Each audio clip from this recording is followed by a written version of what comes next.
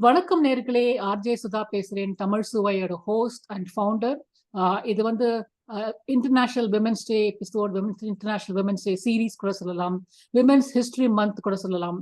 ஒரு 2-3 விமென்கள் பத்தி, பெண்கள் பத்தி நிறைய வாழ்க்கையில நிறைய அச்சீவ் பண்ண விமென்கள், பெண்மணிகள் பத்தி நம்ம பேசியிருக்கோம். Today we have another person, highly achievable person who is very well known in the Bay Area. Bay Area is Syamala Raghuram. Welcome to the show, Syamala Raghuram. How are you doing? Thank you, Sudha. Thank you so much for having me today. I'm doing well. How about you? Yeah, doing great. Thank you for coming on to the show at a very, very short notice. I know you had other commitments too, but I appreciate you taking away some time to come onto the show. And the main message I want to take away from this interview is for the women of this show listening to this is what is you have been an entrepreneur, you've been a board member, you've been a servant leader, an advisor, and more than that, a super mom. How do you manage all those things? And what is your message to the women who are listening to this? And before that, folks, I'd like to give you a short bio. I want to make it short, but looking at her bio, it just seems to be running for over 3 or 4 minutes. Let me start with a summary of what Syamala has done. Syamala is an entrepreneur with a passion for partnering and fostering trusted business and community relationships. As president of VitaPoly, is it VitaPoly or VitaPoly? She manages the day-to-day business operations. She continuously collaborates with her co-founders and clients to deliver very high-quality technical projects for Fortune 100 clients. Syamala is on the board of a couple of women-owned startups which are currently in stealth mode. Syamala has 25 plus years of experience working with business stakeholders, CXOs, and executives with Fortune clients, Google, Cisco, Apple, and more. Syamala takes pleasure in being a servant leader with community for the last 16 years. She's engaged with several non-profit related entrepreneurships, women and youth empowerment, temple fundraising, etc. Tamil community events has also been one of her passions. Syamala has positively influenced her workplace and community in so many ways. She's heavily involved with entrepreneurship associations and many other organizations with a focus on building strong business throughout the community. She supports startups, entrepreneurs, and businesses provided through leadership to women on startup across technology, retail, and strategy. She's an advocate for women empowerment, helping and motivating several women earners and managers achieve goals. Syamala has an amazing enthusiasm, tenacity that helps her balance between family, work, and community. Syamala is a loving mom and loving mom to 2 college-going adults that nobody can even tell from her face and looks. And to talk about her professional career, she has startups stealth mode 2020 to present. So she's a startup advisor to that. And VitaPoly Inc. That's from 2016 to present. She's a co-founder and president. As far as awards and honors go, from 2019, she was a Millennial Leader Award from former Miss Universe, Miss Sushmita Sen, at the 3rd Annual Women Empowerment. The Rising Star is a woman who makes an impact on business, community projects, and volunteering. She's an exemplary role model breaking barriers and traditional silos with proven business success. She's a young woman of influence and inspiration of her community and in her community and communities.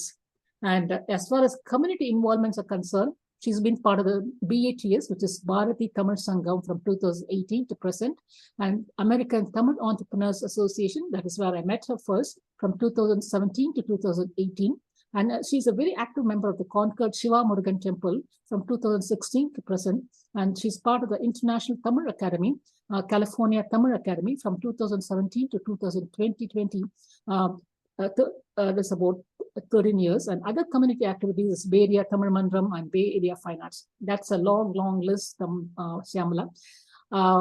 If I have missed something else, sorry about that, but that was just amazing list of achievements and involvements in the community, I should say. And then top of it, being an entrepreneur, a mom, and everything else.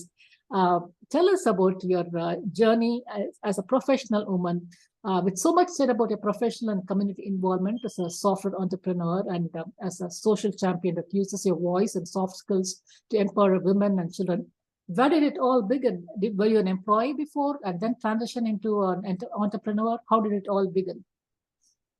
Wow, thank you for such a lovely introduction, Sudha. Thank you so much for having me in the show again. And yeah, it's a big question, and I have to go down the lane, Ah, back 20 years before to answer this question. mm, See, as you had shared in the intro, my journey, a life journey can be segmented into two. ah, One is the entrepreneur journey, from mhm, whatever you shared now. The other one is the community related, community lead related. mhm, mhm. I wouldn't call that as a community leader, to be honest, and no, with all humility, it's more of a servant leader. That's how no, I would term it Nice as. way of saying. Okay. Yeah, because coming to the entrepreneur journey, yes, like everybody in the world, I started off my career soon after my college graduation at MCC, Madras Christian College. That's Ah, where I finished my post graduation in Tambram, Madras. And I started as an employee soon after my graduation. Not even a month I gave for the break to enjoy the okay. life. But then I was in a thirst to get into the employment and the career mode. I joined a software company called Software Solutions Integrated back in Coimbatore, Mhm, India. mhm. And I joined as a business development counselor kind of Okay. role without knowing what it Okay. required. But then, yes, the journey wasn't tough, I would term, Ah, because I because you're a was natural always communicator, I think you're a natural marketer. yes, that is very much there. But in addition to that, like I had the curiosity to learn and to know about the subject. Mm-hmm. So the underlining factor is the curiosity Got it. that's innate in me. No, okay, Mhm. I'll be coming to why this is so much required to your second part of question later on. Okay. Okay. So that curiosity is everything. Like no, you want to learn, you have a thirst to learn, and you want to shine in whatever you do. So these Got it. three factors very important to me at that stage. And I had a successful 3 year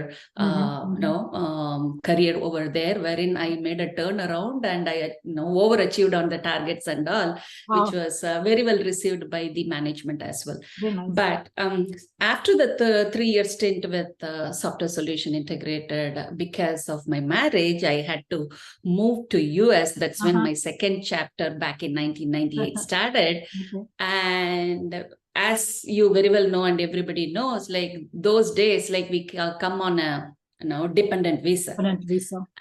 Yeah, so Even now, right? yeah, Unless you have a student permit but or then some those job. days, like it was an inter-office transfer for my husband, Oh. and on that L2 visa, you get to work today. Now, back in Okay. 1998, that wasn't an option. Oh. So the very moment I landed on US, like that curiosity continued to hang Mhm. on with me, and I felt so bored, to be So that's honest. so innate Like, in you. Yeah, I can yes, imagine. no, Right. I cannot be without action. Sure. So that was my no problem area then, No, which that was turned an out to be asset. a success, I would which not say turned it's out a to be a problem. It was an success asset thing. for you. Okay. True. So that's when I was looking out for options, like because my husband used to work from morning 7 to 11 and till 11 in the night, and you cannot do anything, but still you want to do something. That's when I reached out to the Nilgiri store person. That time, Suresh was the one who was running the Nilgiri store. I said, like, I have to do something, Ah, give me some job. And I called upon few friends of mine and started doing some little cooking and catering related stuff, wow. making some fritters and all, and handing over Wow. to them. And that's how I started. Like, see, when you talk about entrepreneuring, you don't have Amazing. to You don't have have a to big make company big name, buildings, right? Oh right? my See, you goodness. have to start from the scratch. So that's when I started first. But then after a period of 3-4 years, after you get the eligibility to work, that's when I turned back to my technology job. Not because I didn't get full success in So this role, whatever I was doing. how long did you do this small stopgap? For close to about 2.5 years. Wow, Yeah. amazing. Amazing. Yeah, for about 2.5 years. That time, like my friends and I used to, combine together and start thinking about what other new people. It gave you some pocket money, it kept you going, and it gave you some independence, some kind of independence. Totally. Yeah. Yeah, Kept you busy. True. I think that's more important. Kept you busy. True. That's very much true. And then with women, like, even if you earn one penny, which is of your own, like, you get different pride out of it. So that should always be there. That is very much there with women even now. Yeah. But that takes you into a different plateau, altogether.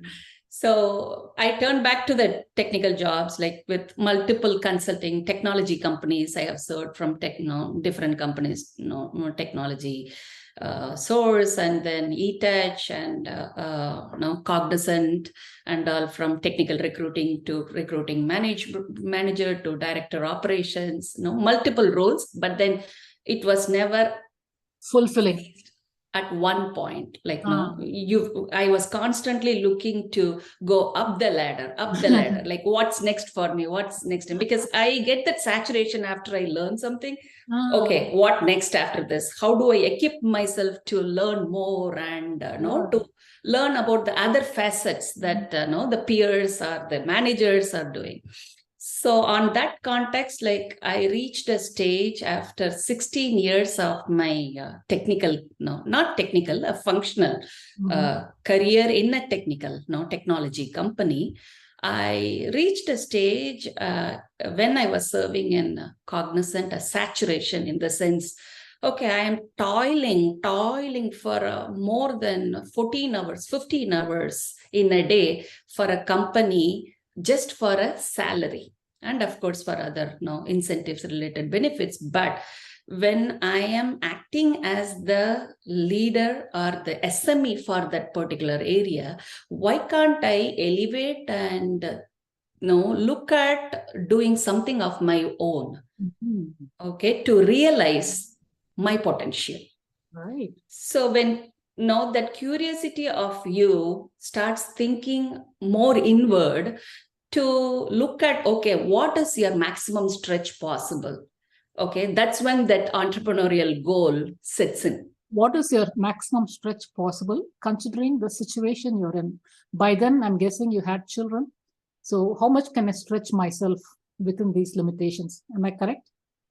Absolutely right. You're coming to my next set of things. Like, see, bringing up kids here is a different challenge for Indian parents. I hope you will agree on it. For the reason, we want to still instill the values and traditions that we carried along, as a heritage that's been practiced by us and told by our grandparents and all. So I have always been particular about carrying our roots, like, throughout the journey, right from the moment I stepped in US. So when I was looking at that factor, like, I had a middle school going son and an elementary completing girl, a daughter who is going to daycare and all the places in that 12 hour of work. I was outside, and that's when the card struck me, like, okay, what am I doing as a parent in turn? Like, am I being available when they want it, when they really need me, especially with the girl? It's not going to be different for us, boy, but then for girls, like, we always have that affinity and affection a little bit more, right? So that's when this balancing point came in. Okay, I wanted to realize my goal of entrepreneurial journey, and the other side from the family end. Yes, this is also coming in, wherein I have to have the flexibility of shaping my goals or my career path, aligning to both ends.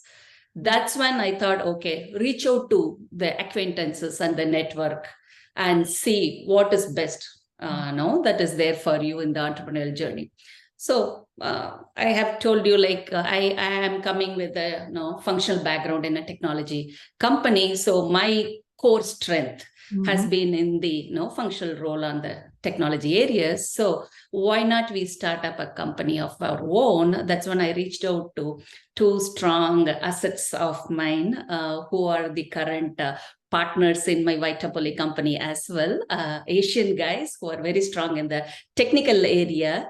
And we combined together and formed this company, VitaPoly, back in now. Of course, it's been in existence since 2009 on. But then when I joined with them like 2016, that was not fully operational until 2016. I took it in the business related and also business operations related aspect, and started running it for them, which has landed here to this date of less than $5 million company. Oh my goodness. Oh my goodness. Fantastic.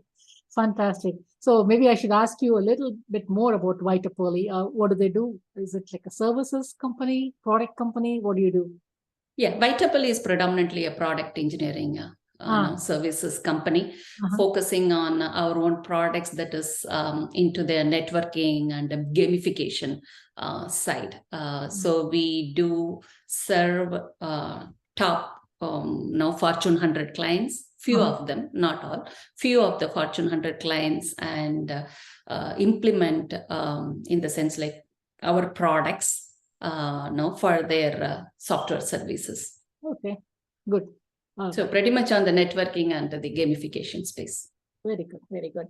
Now coming back to our professional journey on you have seen men and women during your starting from your earlier career through your 16 years of working for so many other companies, and then you're Cognizant, and then now as VitaPoly co-founder and also as other companies. You've seen your work with men and women. What do you see are the fundamental differences between how men work and how the women work? Why are we not seeing enough women in the upper layers for the decision making piece? A great question. Need of our question as well. Yes. When we talk about the International Women's Day. Right. See, in my company, for the start, if you take it, like I'm the only person in the board level as a woman representation. The other two are male members. But see, what I am trying to do in my company is to elevate the workforce to bring in a diversity factor in it. Earlier, it was 10% when I started. And then in a matter of 5 years, it was 20%. And today it is 30% of women force representation. So that is on one hand. On the other hand, coming to your question of how well we can bring in a balance of both the genders being present. See, if you look at the data, the statistics, yes, of course, until 10 years before, this was the case. Like, women representation in the senior level was very low. But then if you look at the data in the last 10 years, it has been on the uprise continuously. Okay. So just to name a few, like it was earlier 5% based on the study in the Forbes and Fortune magazine that I read about a week ago. And in the matter of last 3 years, it has increased from 5% to 10% on the executive level of representation by women. So which is a great welcome sign. That is number one. And also, if you see in American companies, to name a few, I think Walgreens, to Bed Bath & Beyond, to Cummins, to all these retail companies included, Citibank and all, like women CEOs have come into a big play. Okay, so that is a welcome change. If you have noticed, like, in the top Fortune 500 companies I'm talking about, earlier it was only 25, now it has come to 50 in the last 3 years, which is a welcomeable change. Yeah. So I always look at this as a top-down approach. Okay, rather looking at how people can elevate from a lower level role to like medium and then come up. Like the sustainability factor and also the mentorship from the top level of women representatives should be more to bring up, build up more women force. Right. So we have to stop complaining that like we are not getting the representation or the charge. Please, let's not wait for somebody to hold us up. Of course, while it is very much required for non-IT areas, okay, I have a clear distinguishing demarcation line of this. I hear you.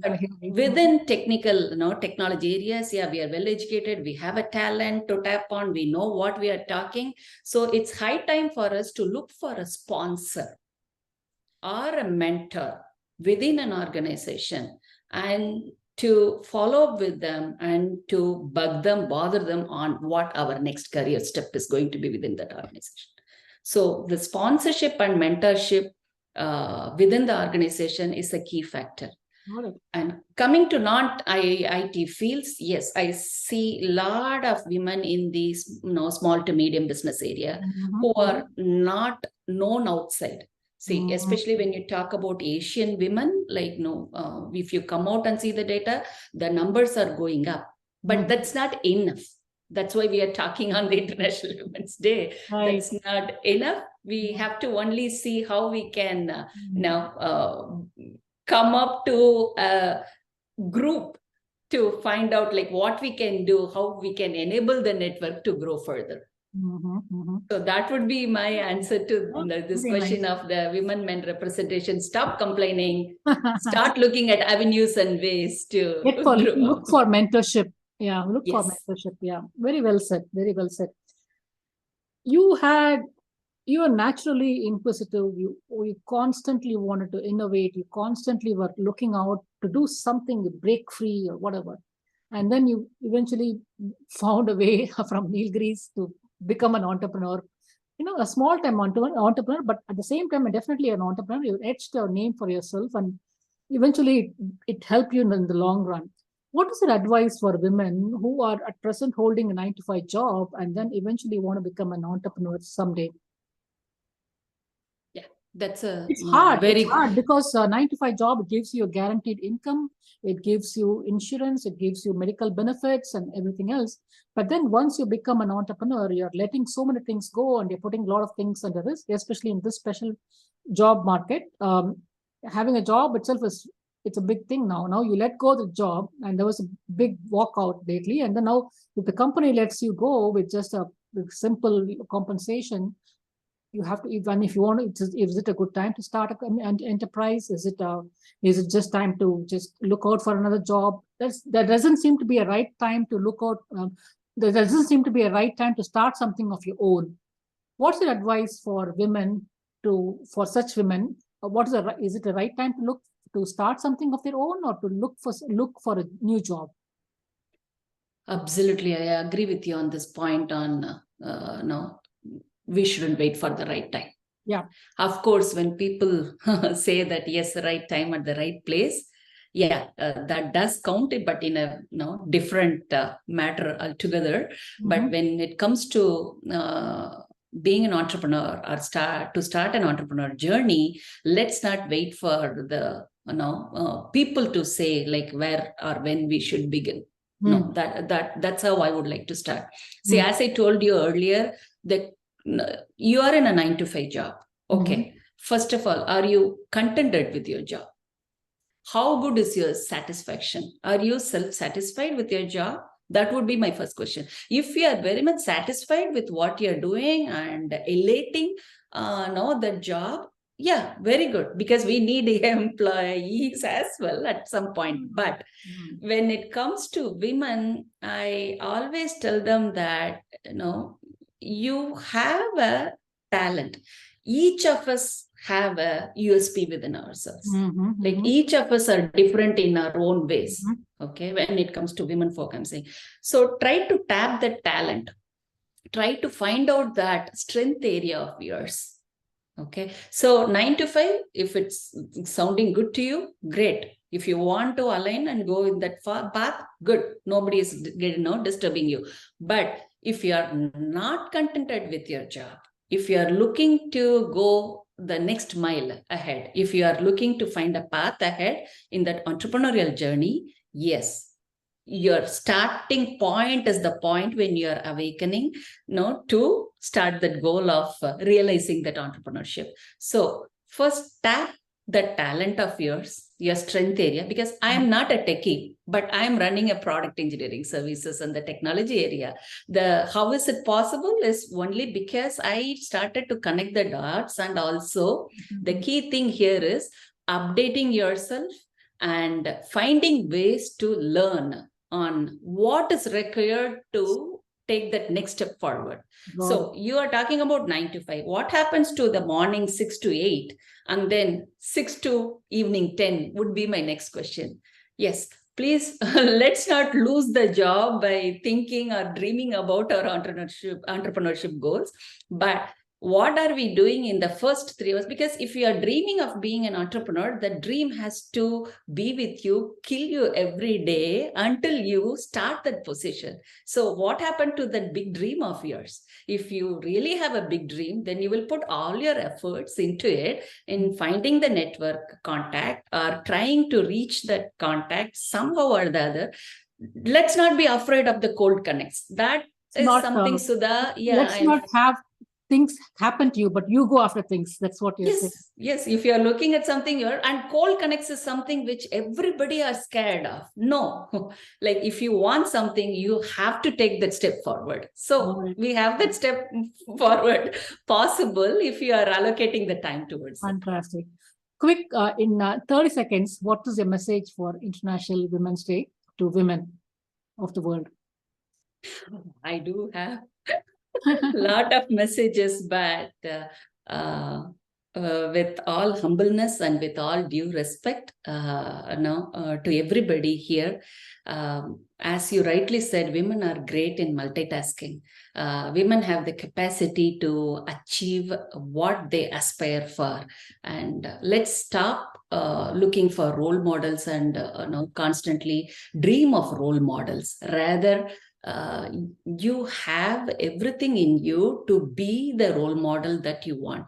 So to me, like my mom and mother-in-law are 2 big factors, like more than enough for me to look as a role model. So like I get the administration and management capabilities from my mother-in-law, while I get the humility and the community related serving nature from my mother. So what you want to realize is, by tapping the talent in you, just reach out to the right people and start setting up your priorities. So when you consider entrepreneurship and community serving as a priority, I think things will all fall in place if you have the mind towards it. I would like to quote only Bharatiyar saying here, since we are talking about the Tamil folks as well, for the women of the modern age, new age woman that he has commented. நிமிர்ந்த நன்னடையும் நேர்கொண்ட பார்வையும் நிலத்தில் யாருக்கும் அஞ்சாத நெறிகளும் திமிர்ந்த ஞானச்செருக்கும் இருப்பதால் செம்மை மாந்தர் திரும்புவதில்லையாம். It can be translated in my own simple way as, with an upright heart and a steadfast outlook, women who are very focused on what they want and are bold never go out of that virtuousness. Salute to Bharatiyar, and thank you very much, Syamala. What an inspiring and very powerful speech it was. Thank you so much, and God bless. Happy Women's History Month to you. Thank you so much for having me again, and I hope even if it inspires or ignites one woman, I'm glad that we have achieved what we wanted. Yes. Thank you so much. Thank you for the opportunity, Sudha, and happy International Women's Day to you as well. Thank you very much. Yeah, bye-bye. Vanakkam, nandri.